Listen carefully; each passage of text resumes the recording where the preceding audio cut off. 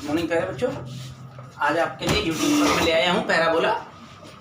Parabola का एक concept हम दे चुके थे। पैराबोला का जो ये वीडियो है इसमें कुछ बोर्ड के क्वेश्चंस, कुछ आईआईटी के सवाल, कुछ पूछे हुए, कुछ गैर पूछे हुए, सब मैं कवर करता हूँ एक एक करके।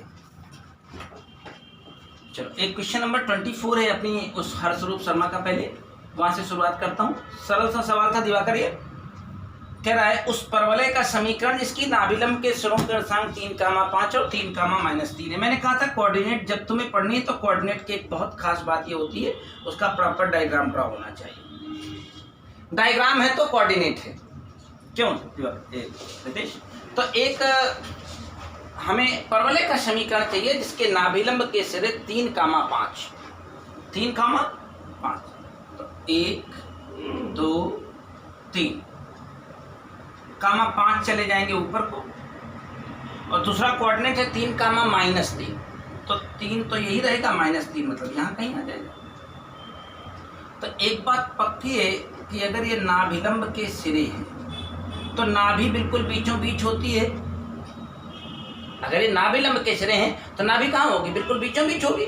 तो तुमको पता है ऊपर 5 गया है, नीचे 3 गया है, तो बीचों बीच में 4 मिलेगा। ऊपर से 4 छोड़ाओ चाहे नीचे से 4 ऊपर चढ़ जाओ, तो बेसिकली ये कोऑर्डिनेट कितना होगा? तो 3,1 हाँ, हाइट 1 हो जाएगी ना भाई। 5 चढ़ के गया था तो 5 में 4 उतार आया तो 1 ही बची, और नीचे 3 निगेटिव गया था, 1 ऊपर चढ़ना पड़ेगा। तो ये हो गया इसका फोकस पॉइंट। अब अगर ये फोकस हो गया तो एक बात की पक्की कंसेप्ट है कि हमारा जो पैराबोला होगा उसकी एक्सिस तो यही होगी। अब आपको पता है लेटस रेक्टम की लेंथ 4a की वैल्यू 8 के बराबर है। क्यों? 5 ऊपर चढ़ा था, 3 नीचे उतरा था, तो लेटस रेक्टम की लेंथ 8 है, तो a की वैल्यू मेरे ख्याल से 2 हो जाएगी। तो फोकस से 2 पीछे हटोगे तो वर्टेक्स मिल जाएगा। फोकस से 2 पीछे हटोगे तो वर्टेक्स मिल जाएगा। तो 2 पीछे हटने पर अगर वर्टेक्स मिल जाता है तो पैराबोला का पिक्चर कुछ ऐसा दिखने लगेगा। इसका मतलब 3 आगे गए थे, 2 पीछे हटेंगे, तो इस पॉइंट का कोऑर्डिनेट क्या होना चाहिए? x में 1 बचा, y में तो 1 चल ही रहा था। जितनी दूर वर्टेक्स से फोकस होता है उतने ठीक पीछे जाके डायरेक्ट्रिक्स मिलती है। तो यहाँ से ये दूरी 2 है तो 2 पीछे हटेंगे तो 1 इसके पीछे जाना होगा ना। 1 तो ये है ही है, 1 और पीछे हटेंगे तो इसकी इक्वेशन क्या हो जाएगी? x = लेकिन तुमने कैसे कह दिया पैराबोला ऐसे ही होगा? पैराबोला तो ऐसे भी हो सकता था। यानी इसके 2 आंसर होने चाहिए। अपनी किताब में हालांकि 1 ही दिया गया है, लेकिन इसके 2 आंसर होने चाहिए। तो एक तो ऐसे निकल जाएगा PS, और ये हुआ PM। एक तो ऐसे निकल जाएगा, क्यों रितेश? और दूसरा आप निकाल लेना अपना PS = PM कैलकुलेट करके। दूसरी बार पैराबोला तो ऐसे भी बन सकता था ना, क्या कहते हो? तो 2 में और इधर आगे बढ़ता तो 3 तो ये था ही, 5 ही हो जाता। तो डायरेक्ट्रिक्स में 2 और आगे बढ़ना पड़ता तो x = 7 हो जाती है, प्लस का नहीं हो जाती। तो PS तो बाबू वही रहता, PM की वैल्यू बदल जाती। जब PM की वैल्यू बदल जाती तो डायरेक्ट पैराबोला की इक्वेशन बदल जाती। एक बार इधर से निकाल लीजिए, एक बार उधर से निकाल दीजिए। तो अपनी किताब में ये वाला दिया गया, ये वाला नहीं दिया गया, लेकिन सही बात यह है कि दोनों ही इसके सही आंसर हो गया। इसके बाद 24 के बाद दिवाकर ने दिया 31, 32, 33, 34। बहुत अच्छे सवाल हैं, 3-4 सवाल ही यहाँ हैं फंसे, बाकी का डिस्कशन करता हूँ।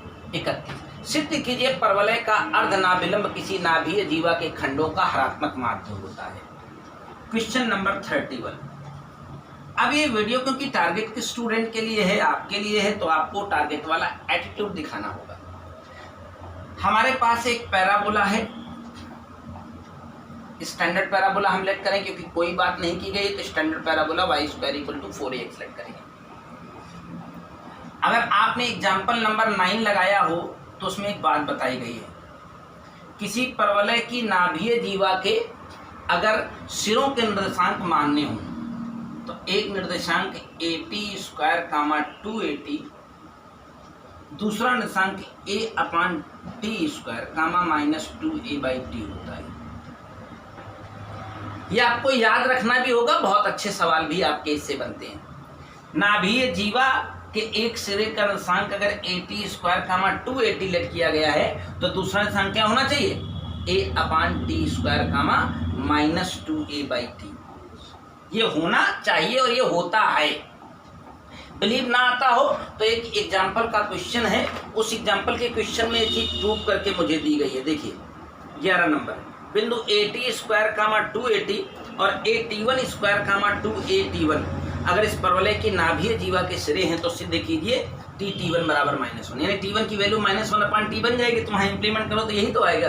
तो ये हमेशा ध्यान रखने की चीज है कि नाभीय जीवा का अगर एक सिरा 80 स्क्वायर कामा 280 लिया है तो दूसरा सिरा क्या होना चाहिए, a/t स्क्वायर कामा -2a/t। अब सुनो, नाभीय जीवा है तो नाभि से होकर तो जाना ही जाना है, तो नाभि क्या है इसकी। अब इसने कहा नाभीय जीवा के खंडों का हरात्मक माध्य अर्धनाभिलंब के बराबर होता है।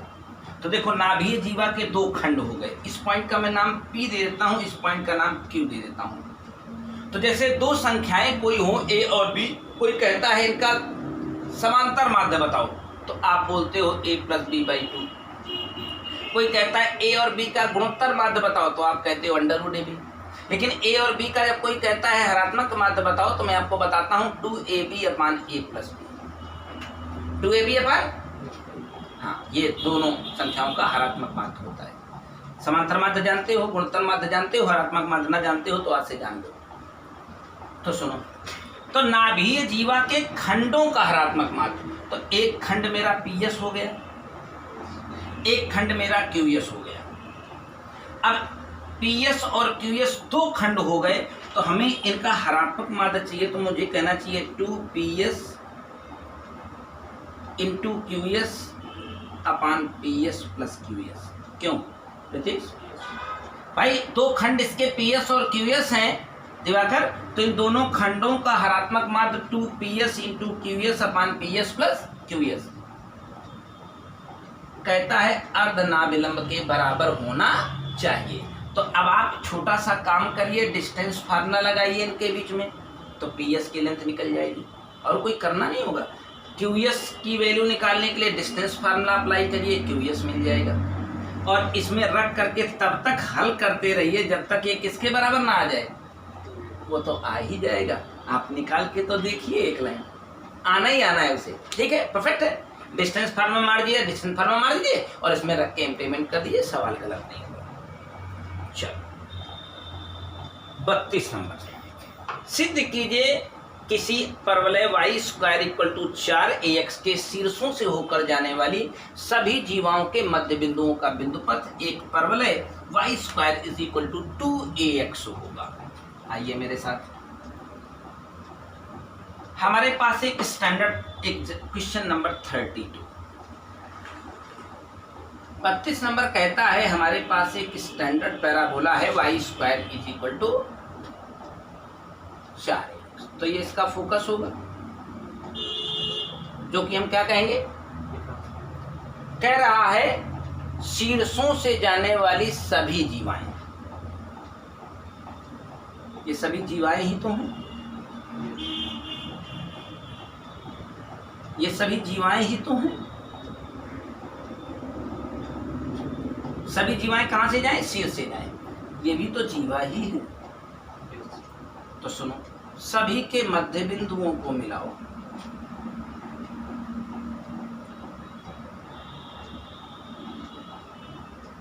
तो पुनः एक पैराबोला बनेगा, यानी पैराबोला के पेट में एक बच्चा पैराबोला, और अगर उसी तरह इसका भी मध्य बिंदु निकालेंगे तो बच्चा पैराबोला का जो फोकस नया वाला होगा वो डेफिनेटली क्या हो जाएगा।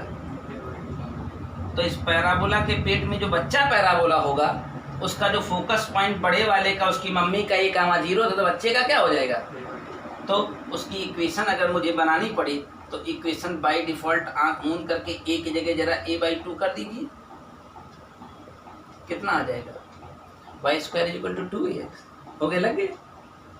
यही है हमारी कोऑर्डिनेट, इसी का नाम दिया गया है मैथमेटिक्स में कोऑर्डिनेट। जितनी स्ट्रांग होगी उतना पावर आएगा आपके पास। आप IIT मेंस की परीक्षा देने जाएंगे, पूरी कोऑर्डिनेट को मेरे तरीके से पढ़ लीजिए, वेक्टर 3D पढ़ लीजिए, आपका 10 सवाल रितेश कभी जिंदगी में गलत नहीं होगा, 10 क्वेश्चन कभी गलत नहीं होगा। और IIT मेंस में 25 में जो 10 क्वेश्चन करके आता है सही सही, वो सेलेक्ट हो जाता है। अरे 10 2-3 सवाल इधर उधर से और ला दो, 35-40 सवाल हो गए, आपकी परसेंटाइल 95 क्रॉस, फिर कहीं भी एडमिशन ले लो। अगला सवाल, एक परवलयाकार परावर्तक की नाभि इसके केंद्र से इसके शीर्ष से 5 सेंटीमीटर दूरी पर है, ठीक है, आकृति में दर्शाया गया है। यदि परावर्तक 45 सेंटीमीटर गहरा है तो आकृति में AB की, अरे झंडू बाम सवाल ले आया एकदम बेकार सवाल। ये एक पैराबोला है, इसकी नाभि शीर्ष से 5 सेंटीमीटर दूरी पर, तो उसको 5,0 कह देता हूं, क्या जाता है। और हमारा ये है AB, इसमें ऐसे बताया है ये 45, तो इस पॉइंट का एक कोऑर्डिनेट x में तो 45 ही होगा। y नहीं पता है तो y का कोऑर्डिनेट y मान लेते हैं, यही तो y होगा। तो अगर y निकल गया तो उसका दुगना ही तो मेरा AB होगा। तो इस पैराबोला की इक्वेशन फाइंड कर लो। इस पैराबोला का फोकस कितना है, शीर्ष कहाँ है, 0 0 पर। पैराबोला की इक्वेशन क्या हो जाएगी, y² = 20x। अरे 5 को 20 यार, ये तो a,0 है ना ये। अब इस पैराबोला को ये पॉइंट सेटिस्फाई करेगा, 45 दूना 90 यानी 900, तो y बराबर 30, y बराबर, अब अगर ये 30 होगा तो ये 30 होगा, 30 30 60, इसका आंसर होगा।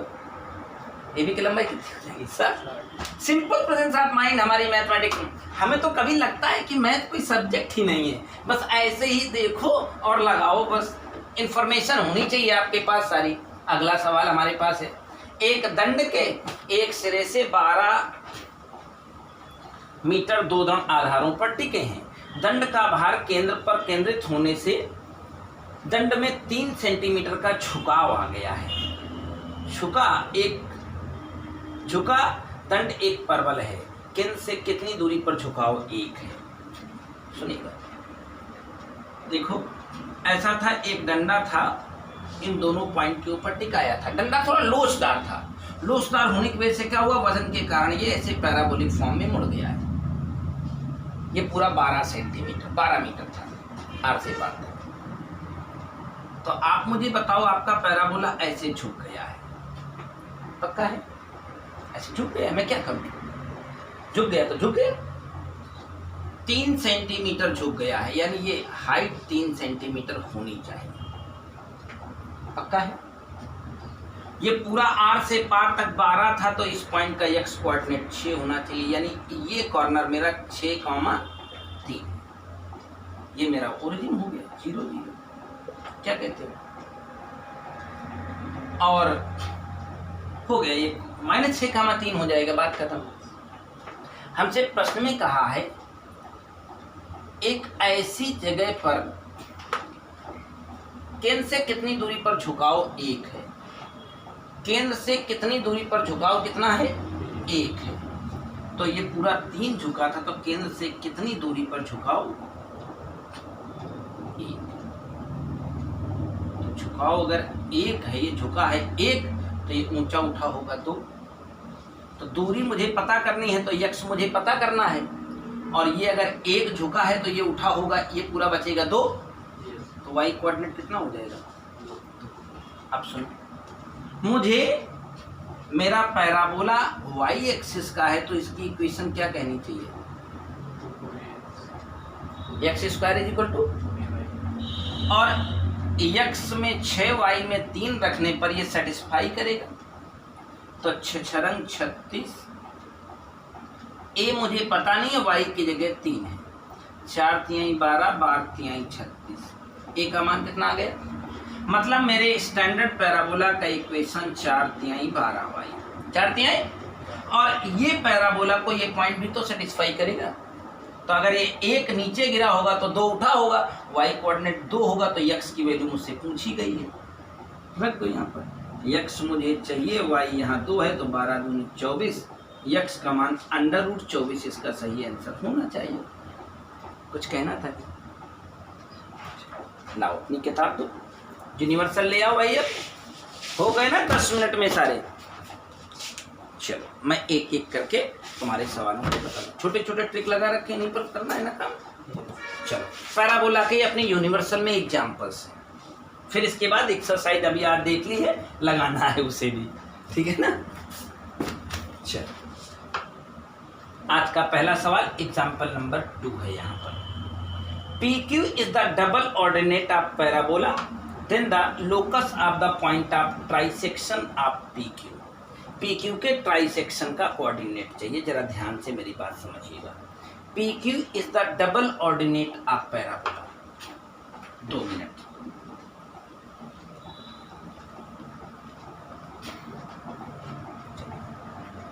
हमारे पास एक पैराबोला है, स्टैंडर्ड पैराबोला है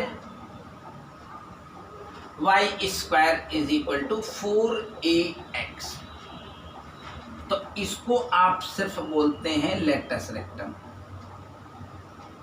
जो फोकस से जाता है, जिसकी लेंथ 4a होती है।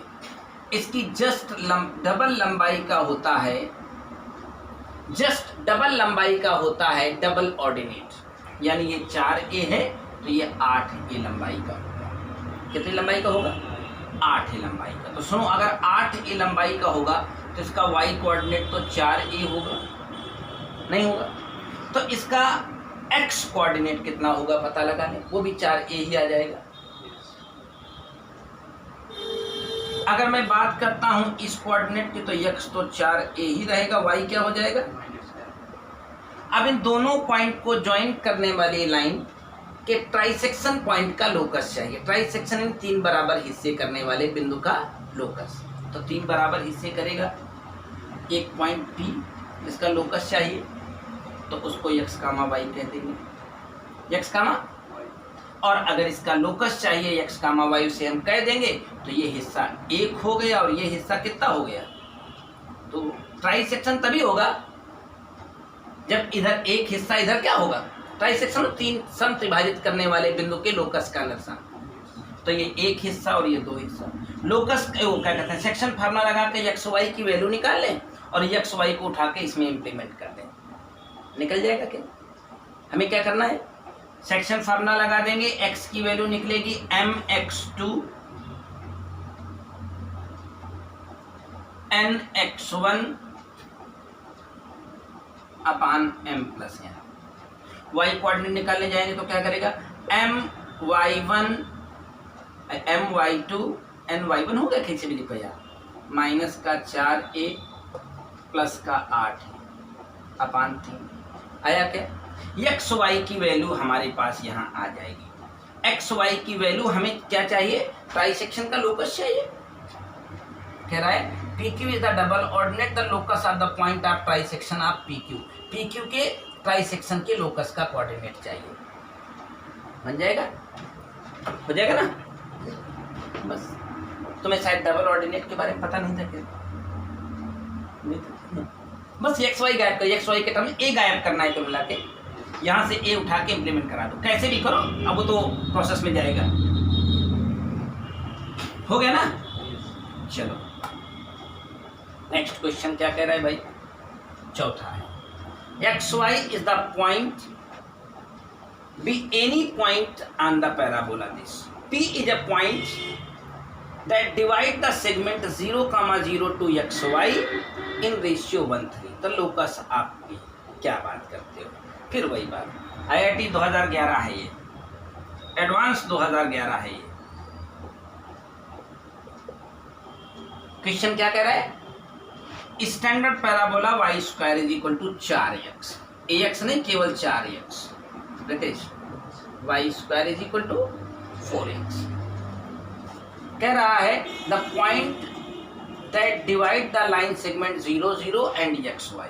तो सुनो 0, 0 तो बाबू यहाँ होगा, xy यहाँ कहीं भी बैठा होगा पैराबोला के ऊपर, सेटिस्फाई करेगा। कह रहा है the point divide the line segment 0, 0 to xy in ratio 1:3। उस पॉइंट के लोकस का इक्वेशन चाहता हूं जो 0 0 और x कामा y को 1 3 के रेशियो में डिवाइड करता है। तो इसको मैं h कामा k कह दूंगा कि ना कह दूंगा, जिसका लोकस चाहिए। 1 3 का रेशियो है तो m बराबर 1 और n बराबर 3। रेशियो फार्मूला अप्लाई करो, h बराबर mx2 nx1 upon m plus n, k is equal to my2 ny1 upon m plus n। यही तो बनेगा। h आ गया, k आ गया। h और k को मुझे कहना चाहिए कि x is equal to 4h है और k is equal y is equal to 3k है क्या? तो x y आखिरकार इसको सेटिस्फाई कराएंगे कि नहीं कराएंगे? अब कराएंगे तो ले आके रखवाइए ना, और फिर बाद में एच के कोई एक्स वाई बोल दीजिएगा, खत्म काम। लोकस तो यही बताया है ना, हमेशा एच के टर्म्स में लाए, इम्प्लीमेंट करके कंडीशन सेटिस्फाई करें, बाद में एच के कोई एक्स वाई बताएं। आंसर निकाल देता हूँ। यहाँ हो गया 9k² 16h, बोलो। बाद में लोकस की इक्वेशन इम्प्लीमेंट करने के लिए x को h और k को y कहते हैं। आंसर आ गया होगा 9y²। लोकस के सवालों का यही एक हिसाब है, 9y² = 16x। आ गया क्या? उसके पहले वाला जो सवाल भी यही करना था, x कामा y की जगह h कामा k लेट करते, वापस इंप्लीमेंट कर देते। ठीक है ना? इसका आंसर होगा मैच नहीं यार, इसका आंसर y वाला थोड़ा गलत हो गया। हाँ कुछ गलती हो गई क्या? m + n नहीं, हाँ 3 + 1 4। यहाँ 4 होगा ना, ठीक है, हो गई भाई, तभी तो गलती ठीक है ना? कंसेप्ट क्लियर है ना? चलो next 15 locus of the pole of focal chord of parabola इस ऑफ पैराबोला क्या? अरे यार क्या बेकार की बात करते हो, तो कोई सवाल ही नहीं हुआ। मैं डायग्राम बनाता हूँ, डायग्राम से समझा देता हूँ। मुझे लगता है हमारी कोऑर्डिनेट जैसी मैथमेटिक्स दुनिया में नहीं है कोई। तुम्हारे पास ये स्टैंडर्ड पैराबोला होता है नितेश?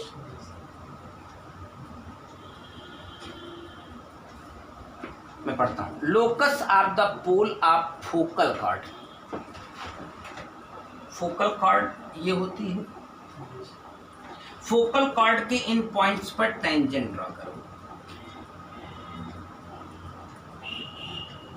इन पॉइंट पर, और ये फोकल कॉर्ड पर जो टेंजेंट ड्रॉ होती है वो हमेशा डायरेक्ट्रिक्स पर ही मिलती है, चाहे जहां पर ड्रॉ करिए। फोकल कॉर्ड के ऊपर जो भी टेंजेंट्स ड्रॉ करते रहेंगे, जैसे मान लो एक और टेंजेंट ऐसे ड्रॉ करेंगे, एक टेंजेंट ऐसे ड्रॉ करेंगे, वो हमेशा किसके ऊपर मिलती है? डायरेक्ट्रिक्स के ऊपर। क्योंकि फोकल कॉर्ड से आने वाली टेंजेंट की एक और खासियत होती है, हमेशा 90 डिग्री पर होंगी। और जब किसी भी पैराबोला के 2 पॉइंट पर टेंजेंट 90 डिग्री पर आके मिलती हैं तो वो डायरेक्ट्रिक्स के ऊपर ही लाइज करती हैं। तो उसका लोकस क्या होगा? इसका रास्ता इसके पथ में क्या होगा? डायरेक्ट्रिक्स में। कभी भी देख लेना। अच्छा ना हो तो यकीन हो तो कैलकुलेट कर लो। AT² 280 है और A/T² -2A/T। एक बार इस पॉइंट पर पैराबोला की टेंजेंट निकालो, एक बार इस पॉइंट पर टेंजेंट निकालो। M1 × M2 करके देख लेना, -1 आएगा।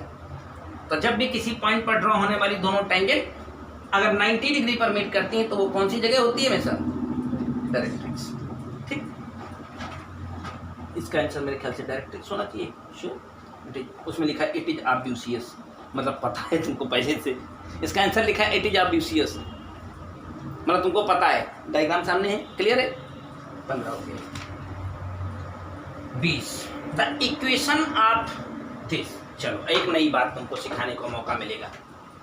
इसी चैप्टर में तुमको थ्योरी दिखाता हूँ। तुम्हें थोड़ा, जब कभी ऐसी जगहों पर फंस जाया करो, तुम्हारे पास एक लाजवाब किताब है, इसका नाम यूनिवर्सल है। एक से एक बेहतरीन थ्योरेटिकल कंसेप्ट इस किताब में दिए होते हैं। इस क्वेश्चन का जवाब तुमको रितेश थ्योरी से मिल सकता था बेटा। मैं भी तुमको दिखाता हूँ। -2xy + y² + y² + 3x + 2। अब कह रहा है ये कौन है? देखो ऐसी शक्लो सूरत में circle, ellipse, parabola, hyperbola, pair of straight line, चारों कोनिक्स साथ में पेयर ऑफ स्ट्रेट लाइन जो इक्वेशन फॉलो करते हैं ax square by square 2hxy 2gx 2fy plus c बराबर 0। इस फॉर्मेट में पांचों लोग होते हैं, circle, parabola, ellipse, hyperbola, pair of straight line also. तो जब इस फॉर्मेट में इक्वेशन होती है तो आपने मेरे साथ पेयर ऑफ स्ट्रेट लाइन अगर पढ़ी हो, शायद तुम नहीं पढ़ रहे थे तब, मैंने पेयर ऑफ स्ट्रेट लाइन पढ़ाई थी, तो उसमें हमने कहा था कंपेयर करके AHG BG और BF और C। इसमें रख दो, अगर डिटरमिनेंट 0 हो जाए तो पेयर ऑफ स्ट्रेट लाइन।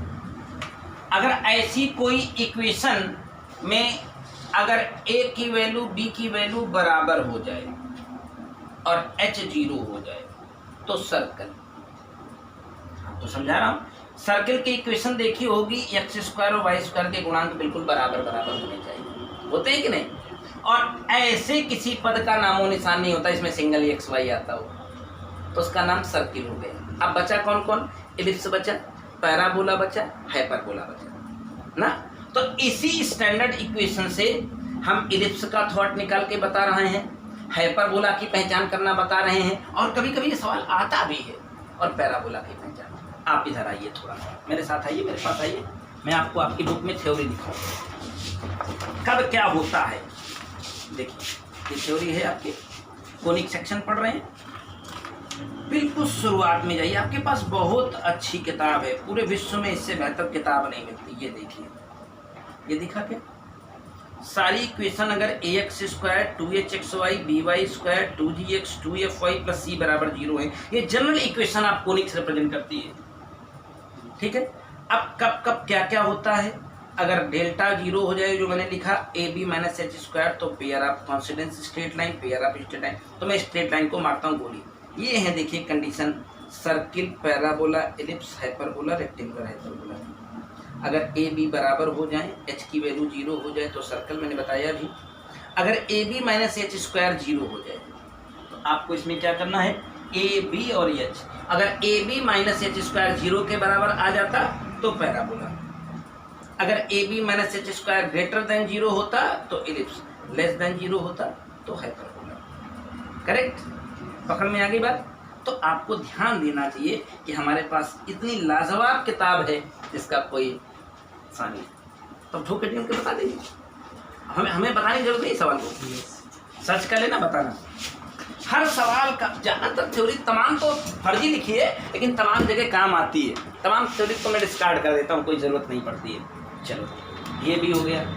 अब ऐसे देखो, कई सवाल जितने भी आएंगे हमारे पास नहीं लाओगे, इस तरह से लेट करते हुए जितने भी क्वेश्चन आएंगे, एलिप्स में भी मिलेंगे, पैराबोला में मिलेंगे, हाइपरबोला में मिलेंगे, pair of straight line, circle का भी रिप्रेजेंटेशन मिलता है, तो मेरे पास नहीं लाना आपको। इसके बाद यहाँ से सीधा 34, बढ़िया सवाल, जबरदस्त, मजा आ जाने वाला। देखो ज़्यादातर तो सवाल तुम्हारे सब लग ही जा रहे हैं, कुछ मिला के 15 सवाल नहीं फंसे हैं। The locus of vertices of family of parabola, क्या कहना।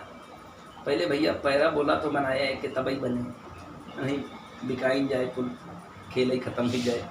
चलो भैया, 2006 IIT मेन से ये क्वेश्चन, जरा देखिएगा। केवल आप अपनी कंसेप्ट को फोकस करिए। y इज इक्वल टू लिखा हुआ है बाबू रितेश, 34 नंबर एग्जाम्पल है ये। y is equal to a cube x square. पूरा दम दिखाना होगा आपको अपनी मैथमेटिक्स का कि ये मैथमेटिक्स हमसे क्या कहना चाहती है। बहुत सरल है, plus a square x upon 2 minus का 2a। हमसे कह रहा है कि सर अगर ये पैराबोला है, अगर ये पैराबोला है तो एक बात बताइए, x इंटू वाई कितना होगा? अरे साले चूतिए, पहले पैराबोला तो बनवा साले। देख भाई मेरे रितेश, ऐसी की तैसी इसको, मेरा पैराबोला या तो X square is equal to 4ay होता है या तो Y square is equal to 4ax। चल भाई, परफेक्ट स्क्वायर में मरना पड़ेगा। मरना क्या, पूरा जीवन देना पड़ेगा। पहले तो इसको कॉमन निकालो इसको, क्योंकि हमें परफेक्ट स्क्वायर बनाने का बहुत अच्छा मेथड पता है। x प्लस, मैंने तो इसको निकाल के बाहर करना है, a स्क्वायर बाई 2। डरना घबराना बिल्कुल नहीं है, आपको मैंने बहुत अच्छे स्टैंडर्ड पर पढ़ाया है। कोई तकलीफ, थोड़ी सेटिंग वेटिंग बना लो।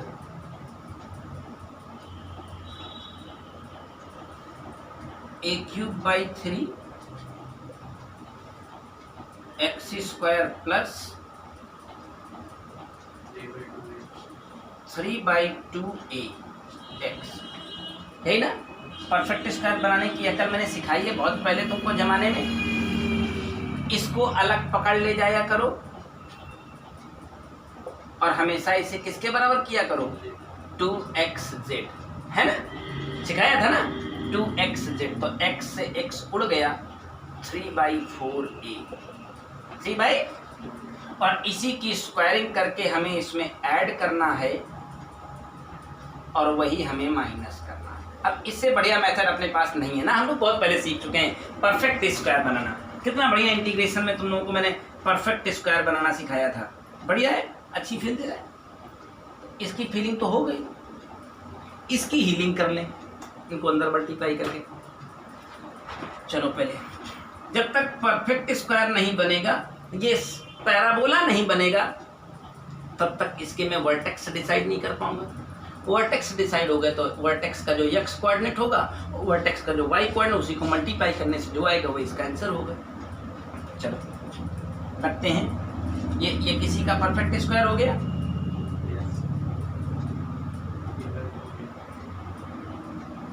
होल स्क्वायर है ना, माइनस इसको एक्स्ट्रा है ना, ये भी है, अंदर मल्टीप्लाई करने जाएंगे तो अभी ये भी तो फंसेगा। कितना, 9a क्यूब अपान 48a स्क्वायर, इसको काट लो, ठीक है ना। इसको पकड़ के और इधर ले जाया जाए, इसको पकड़ के और इधर ले आओ, तो क्या बचा, y plus 2a plus 9a/48 है क्या। हाँ, घबराना डरना और भागना नहीं है आपको। जब तक इसको आप धराशायी न कर लें, यहाँ से भाग नहीं सकते। का होल स्क्वायर है, ये सॉल्व करेंगे कितना हो जाएगा, इन दोनों का ही हिस्सा सॉल्व करेंगे और किसी को सॉल्व न करें। 48 दूना 96 और 9 105, 105 a/48, ठीक है ना। अब हम इसको इधर भेज दें तो 3/a cube, 3/a cube is equal to x plus 3/4a का होल स्क्वायर। अब आप तुलना करें तो ये कैपिटल x हो गया मेरा, ये कैपिटल y हो गया मेरा, और ये 4a की जगह पर हो गया, नहीं हो गया। अब आप तुलना कर लेंगे तो तुम्हें इसके शीर्ष मिल जाएंगे। क्या मिल जाएंगे, बताया ना, पढ़ाया है। शीर्ष जब मिल जाएंगे तो शीर्ष का जो x कोऑर्डिनेट होगा उसको x और y कोऑर्डिनेट को y, उन्हीं दोनों को गुणा करना, क्योंकि प्लान्ड क्वेश्चन है। x इंटू वाई क्या आएगा बताना लगाना है। तो अब पैराबोला हमारा स्टैंडर्ड फॉर्म में आ गया Ritesh.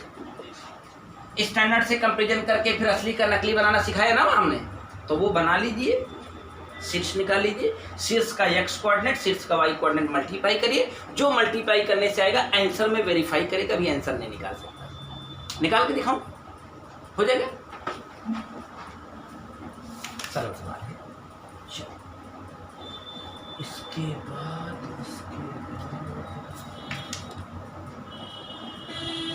56,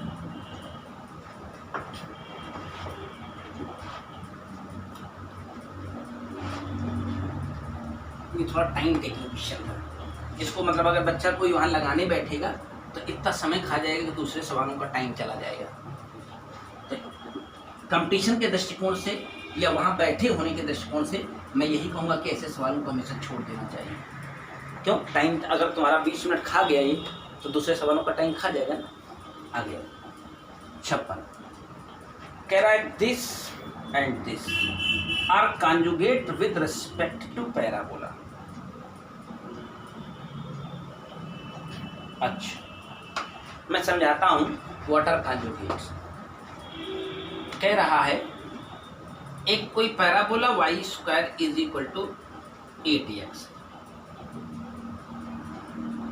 y square is equal to 8x है। तो एक लाइन ये और एक लाइन ये दोनों लाइंस उस पैराबोला की कॉन्जुगेट्स हैं। तो ये मेरी लाइन का equation 2x plus 3y plus 12 is equal to 0। दूसरी लाइन मेरी x minus Y plus 4 lambda is equal to 0 are conjugate. तो आप इसकी थ्योरी के साथ जाइएगा। अगर ये दोनों लाइंस इस पैराबोला की कॉन्जुगेट्स हैं, इस पैराबोला की कॉन्जुगेट मतलब इन पॉइंट्स पर खींची जाने वाली टेंजेंट परपेंडिकुलरली जाके जहाँ इंटरसेक्ट करती हैं तो वो कॉन्जुगेट नाम दिया जाता है।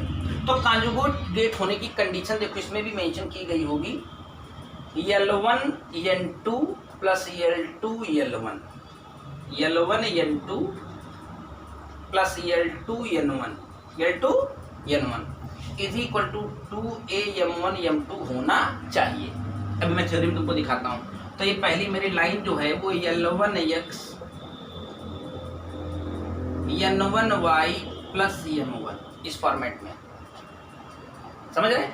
LMN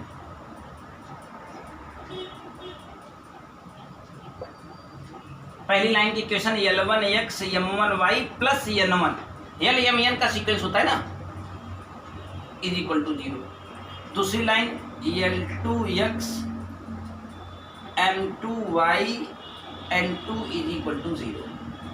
तो इससे कंपेयर करके L2 M2 N2, इसकी कंपेयर करके L1 M1 N1 मिल जाएगा। इसमें ले आके बैठा दीजिएगा और A यहाँ से मिल जाएगा जो कि 2 के बराबर है। A मिल गया, M1 M2 मिल गया, L1 L2 मिल गए, N1 N2 मिल गए। जब ये कंडीशन सेटिस्फाई होगी तो कॉन्जुगेट होने की कंडीशन, दो लाइंस के कॉन्जुगेट होने की कंडीशन होती है पैराबोला का कॉन्जुगेट। क्लियर है? ये याद रखने की चीज़ है, इसमें कोई तुक्का मत लगाइएगा। मेमोरी से स्लिप कर गया, खेल खत्म। आगे एक 59 नंबर तुम्हारे पास बहुत अच्छा सवाल था, इसको तुम क्यों मिस किए? मुझे तो ये AMU ने क्वेश्चन पूछा है, बहुत सरल सा सवाल है, लेकिन तुमने इसे क्यों मिस किया है मैं बताता हूँ। कहता है एक कर्व की इक्वेशन x बराबर टी स्क्वायर, ये तो पैरामेट्रिक फॉर्म है। पैरामेट्रिक फॉर्म का तो मूल कंसेप्ट होता है टी को गायब कर दो, बस जहाँ टी गायब हो जाएगा वही मामला आ जाएगा।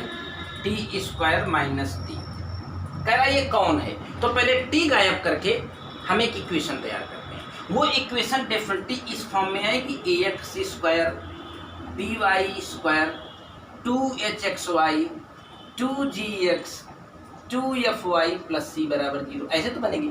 मैं इन दोनों समीकरणों को ऐसा हल करूंगा कि टी गायब कर दूं, और टी जैसे गायब करूंगा तो इस फॉर्मेट की इक्वेशन बनेगी, और इस फॉर्मेट में इक्वेशन होगी तो वो पैराबोला है, एलिप्स है या हाइपरबोला है। अभी भी तो बताया, उस चार्ट में जाके देखो कब हाइपरबोला। तो पहले अब करना क्या, हमारा मिशन है कि टी गायब करना है। तो टी कैसे गायब करूं, इन दोनों समीकरणों को कैसे हल करूं कि टी गायब मिले? मैं तकनीक बताऊं,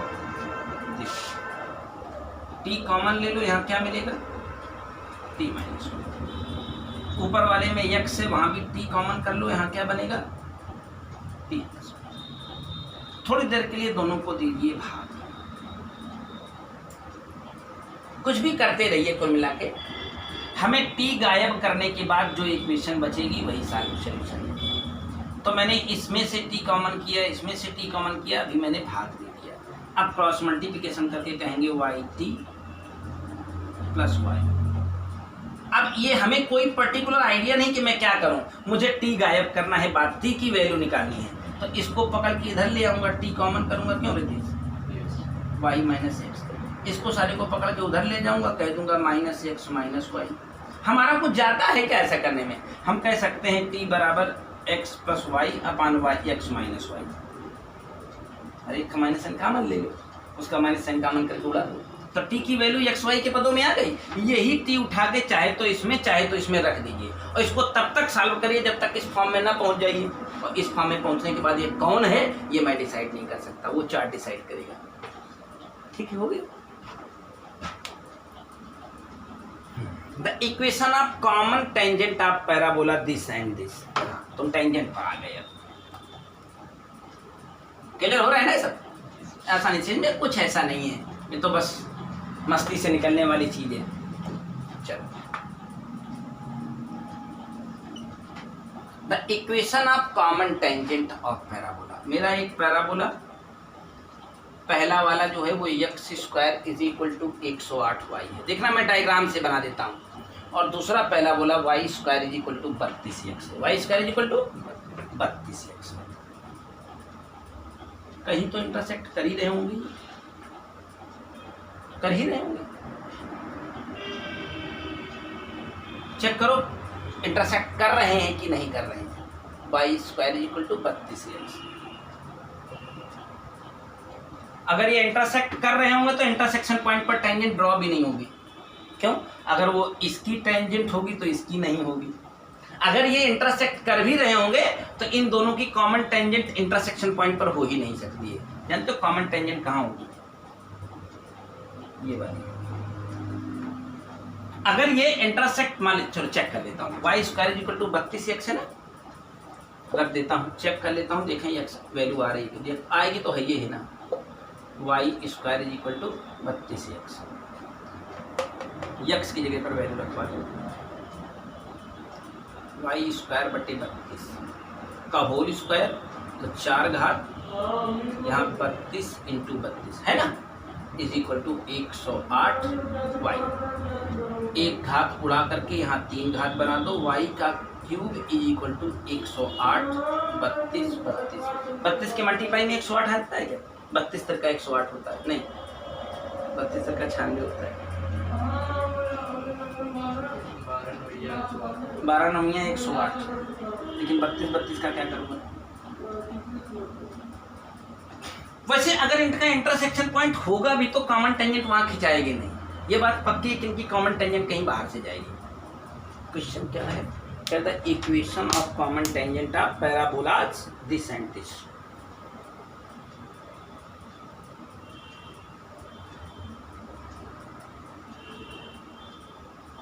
वाई की वैल्यू आ तो जाएगी, आ जाएगी, कैलकुलेट हो जाएगी एक्स वाई की वैल्यू, जो भी आएगी जैसे भी आएगी, हमें पता है कि एक्स वाई की वैल्यू हल होगी, नहीं हल होगी, लेकिन अगर हल करेंगे तो उससे हमें कोई लाभ नहीं मिलेगा ना।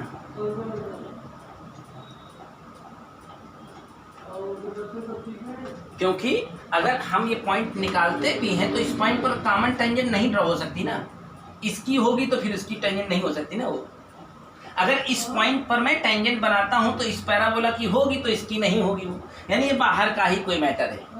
सुनो, ये थोड़ा बहुत उलझा हुआ और टिपिकल केस हो जाता है कि दो पैराबोला कहीं बने उनकी कॉमन टेंजेंट निकालना, क्योंकि हमें पॉइंट डिसाइड करके भी कोई फायदा नहीं होगा और फिर बहुत भयानक थ्योरी के साथ जाना पड़ेगा। तो एक बढ़िया तरीका हम तुमको बता देते हैं, इसका एक अल्टरनेटिव मेथड है, ये भी एक याद रखने की चीज़ है, रेयर है बहुत। y इंटू बी की पावर 1/3 प्लस a तो x इंटू ए की पावर 1/3, x इंटू ए की पावर 1/3 प्लस ए बी की पावर 2/3। अब यहाँ एक्स वाई तो ठीक है, समझ में आते हैं, ए बी क्या है। सुनो, जो पैराबोला इधर की तरफ होगा Y square is equal to 4ax, तो इससे 4a इज इक्वल टू कर देंगे तो 32 है, तो a की वैल्यू कितनी आ जाएगी। और जो ये parabola X square equal to लिखा है ये 4b के बराबर हो जाएगा, 4b बराबर 108, तो b की वैल्यू यहाँ से आ जाएगी। ए आ गया, बी आ गया, इसी में सजा दीजिए, is equal to common tangent हमेशा आ जाएगी। एक शॉर्टकट दे रहा हूं, थॉट दे रहा हूं और कुछ नहीं कह रहा हूं। जब भी कभी देखिए, हमें पता है कि इस पॉइंट पर दोनों की कॉमन टेंजेंट नहीं आएगी, नहीं आएगी ना, फिर क्या करेंगे? ये कॉमन टेंजेंट हो भी नहीं सकती, कॉमन टेंजेंट यहाँ कहीं बाहर आएगी ना। मुझे ये पॉइंट पता है ना, मुझे ये पॉइंट पता है, नाकों चने चबाने पड़ेंगे, या एक फर्जी फार्मूला वहां भी याद करना पड़ेगा, TT-S1 S2 करके आएगा कुछ, उससे बढ़िया हम इसके साथ चले जाएं। तो कभी भी जिंदगी में मौका मिल जाए तो चौका जरूर लगा दें। y b की पावर 1/3 प्लस x a की power 1/3 is equal two plus ab की पावर 2/3। That's all. सॉल्व करके देखो, क्या तो लग ही गया ना, तुरंत आ जाएगा। अब देखो एक क्वेश्चन आखिरी है, इस सवाल के बारे में देखो क्या कहना है। कहता है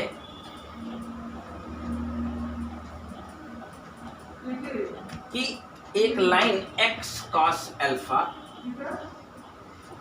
प्लस y sin अल्फा इज इक्वल टू p। एक पैराबोला है y square is equal to 4a x plus a। ये लाइन इस पैराबोला की टेंजेंट है, ये लाइन इस पैराबोला की टेंजेंट है। तो टेंजेंट होने के लिए कोई कंडीशन नीचे मेंशन की गई है, क्या सही सिचुएशन होगी। ठीक है, तो हम इस सही सिचुएशन के लिए टेंजेंट की इक्वेशन फाइंड करते हैं।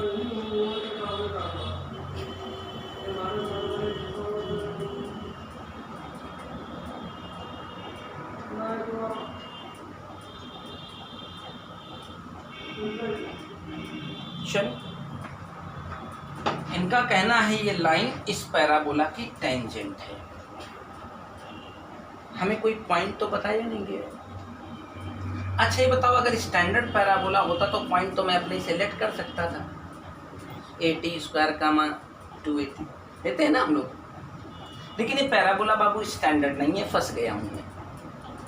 तो अगर मेरे पास पॉइंट नहीं है तो बड़बड़ाने की जरूरत नहीं, x, y तो होता ही है। इस x, y पर इस पैराबोला की टेंजेंट का इक्वेशन फाइंड करना है। ठीक, अब पैराबोला की टेंजेंट का इक्वेशन दो तरीका है। एक तो मैं तुमको क्लास 12th में कैलकुलस में सिखाया था, झमाझम डिफरेंशिएशन मारो फिर टेंजेंट की इक्वेशन मारो, कोई बुरी बात नहीं है, कोई समस्या नहीं है। एक तरीका है, मान लो उससे बच के निकलना चाहते हो तो शॉर्टकट फार्मूला अपने इस यूनिवर्सल में बताया जाता है। हालांकि अगर उसके बारे में बात करोगे जो मैं फार्मूला लिखने जा रहा हूँ, जैसे ये फार्मूला क्या बनता है मैं लिख देता हूँ, ऐसे जनरल बात, हमको तो लगता है ना लिखा जाए, कोई फायदा नहीं है, वो हमें याद करवाएगा वो, उससे बढ़िया हम कैलकुलस फॉलो करेंगे। मेरे पास एक्स वाई है ना, मान दो जितनी देर में तुम उसे याद करके लिखोगे उतनी देर में डिफ्रेंशिएशन करके भी जा सकते हैं। क्यों रितेश? उससे पहले शायद चले जाएंगे, थोड़ा तूफान उठता है मन में तो y माइनस y1, मैं पॉइंट लेता हूँ x1 y1, टेंजेंट की इक्वेशन जाना होगा ना, तो y माइनस y1 2a अपान y1 x माइनस x1। कोई तकलीफ आई क्या? ये मेरी टेंजेंट की इक्वेशन है, इसको देखो यही अंत में आई है, देख लो वही लिखी गई है। मैं इसे सॉल्व करता हूँ तो आ जाएगा y1 minus y1 square is equal to 2ax minus 2ax। देखो यही आया है, ये देखो एग्जैक्टली, बात समझ में आ गई? तो अगर ये भी टेंजेंट है और ये भी टेंजेंट है तो दोनों की कंपैरिजन कर लें, सेम टेंजेंट है ना, जो ये टेंजेंट है वही ये है, कंपैरिजन कर दें, कंपैरिजन करके इक्वेशन बना लें, इंप्लीमेंट कर दें उसी में पैराबोला के ऊपर। यहाँ से x का गुणांक तुलना कर लें, y का गुणांक तुलना कर दें, कांस्टेंट तुलना कर दें, x y के जो मान आ जाएं तुलना करने के बाद उठा के इसी पैराबोला में बिठा दें, कंडीशन अपने आप सेटिस्फाई। ठीक है, तो कोई नई कहानी तो नहीं बता रहा हूँ तुम्हें, उसी के साथ चले जाए, खत्म हो।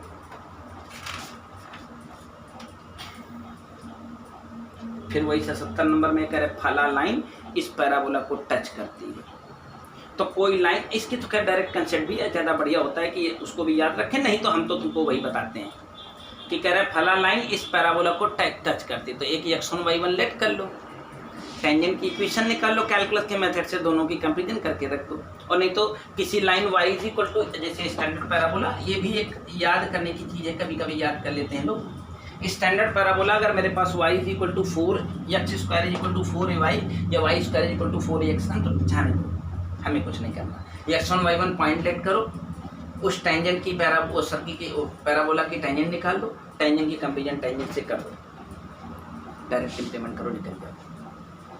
चलो टाइप हो गए तुम्हारे सारे, जो बच्चे रह जाए 1-2 सवाल डिस्कस करा देना, ठीक है। जाके एक्सरसाइज लगा जाके, पीछे एक्सरसाइज भी है, ध्यान रखना। जब पैराबोला लगा लोगे तो तुमको इलिप्स बताएंगे, ठीक है।